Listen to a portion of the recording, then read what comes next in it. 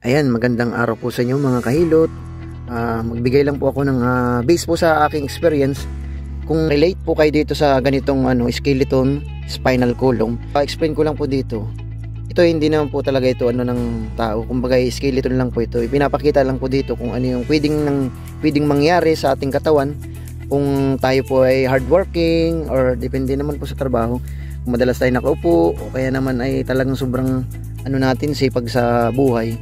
So anong nangyayari po dito, alam niyo mga kahilot, ang pressure ng ating katawan, kung saan tayo kumukuha ng lakas, lahat ng movement po mga kahilot, dito po yan sa lumbar. Itong lumbar na ito po yung ating part na yan, yung dapat nating ingatan. Yung lower back yan mga kahilot, yung hips, itong hips na yan, yung part na yan. Pag nakatalikod tayo, ganyan yung part yan. Ganyan yung forma niya, pag nakatalikod. Pag nakaside naman tayo, yan, ganyan. Tapos pag nakaharap naman po, yan, ganyan yung niya, yung side niya.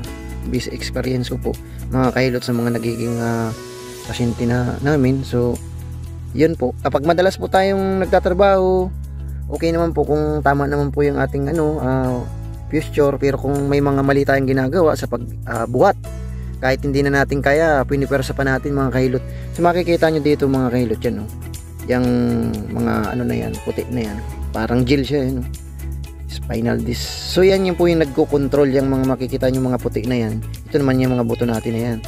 So yan yung mga disc na yan mga kahilot, yan yung nagbubuhat sa ating katawan. Kumbaga sa shock, siya yung naglalaro. Pero yung force ng ating katawan mga kahilot, nandito lagi yan sa lower back, yung area na yan.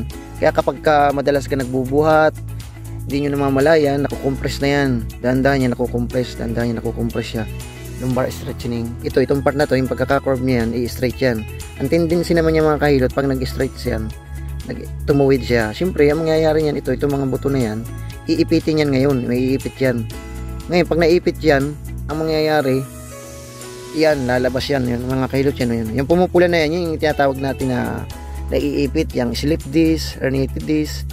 So yan yung nangyayari, may naiipit, may pumuputok talaga pagka hindi, o kaya na may nadulas ka, pwede siyang puputok, so masusugat yan. Yan ang magiging cause niyan, na hindi mo paglakad o hihilahin mo yung paa mo. So nasusugat siya pag sobrang mong trabaho, na sobrang tagal ng pag-upo mo mga kahilot. Kung ikaw ay mga 9 years, 8 years o 10 years na madalas kang nakaupo, yan yung mangyayari sa iyo.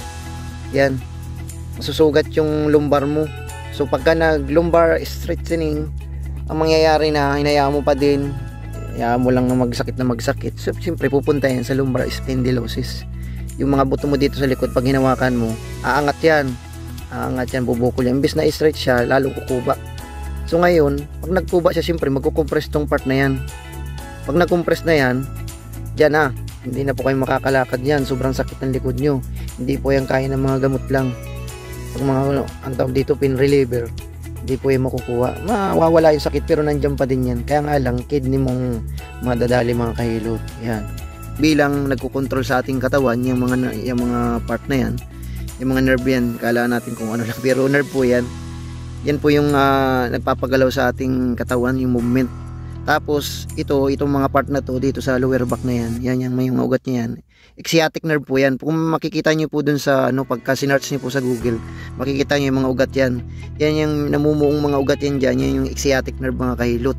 Kaya nga yun nga mga kahilot, kapag ka naipit na yung disc ng ating buto, yan, kapag nagkaroon ka na ng ganyan, so nakompress na yung lower back mo, na yung L5, L4, L3 mo, so yan, nagkakaroon siya ng alamat, kumbaga pumupula siya, naiipit o kaya naman nasusugat. Kaya ngayon, pag nasugat na yan mga kahilot, yung sciatic nerve natin na yan, yung mga nerve na yan, sasakit na ngayon yung legs mo.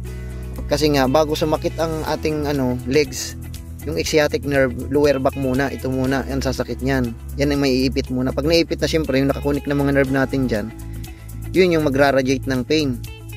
Yun tinatawag na sciatic nerve mga kahilot. Sumakit, na-compress, nagkaroon ng mga pag-ipit na ugat, pag-ipit na mga kalamnan natin dyan. So parang yan yung, pag naipit na yung mga kahilot, yan pumupula na yan, yung mga nerve natin dito sa part na yan.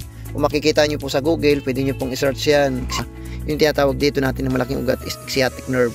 Kaya ngayon, pag sumakit ang bewang nyo, siyempre kukunikta na yan hanggang sa legs. Pag pinabayaan pa din po ninyo, pag nasumakit yung lower back nyo, sumakit yung legs nyo hanggang paa, hanggang binte, hanggang talampakan, yan na po yung magiging cause ng ano niya, sciatic nerve, lower back pain, lumbar compression. Depende po mga kahilot sa sa trabaho natin, kung ano yung ginagawa natin, yun yung nagiging cause niyan. Basta yung napipressure niya yung yung lower back nyo, natatagtag, nabubuhat. Yun lang mga kahilot, yun lang po. Thank you po sa mga nanonood at saka ng mga nakarelate po dito sa skeleton natin. So yan, ulitin ko po itong lumbar, ito po ay part ng lower back, yung sapuitan, yan, sacrum part na to. Ito yung parang buntot natin, may kala natin may buntot tayo pero hindi po. Yung part na yan, ingatan nyo po yan na wag po kayong madudulas, kasi yan po ang pagmumula nyo na hindi makalakad or mapilay-pilay ka. Kaya naman ito, yan yung part na yan mga kahilot. Yun lang po mga kahilot, maraming salamat po.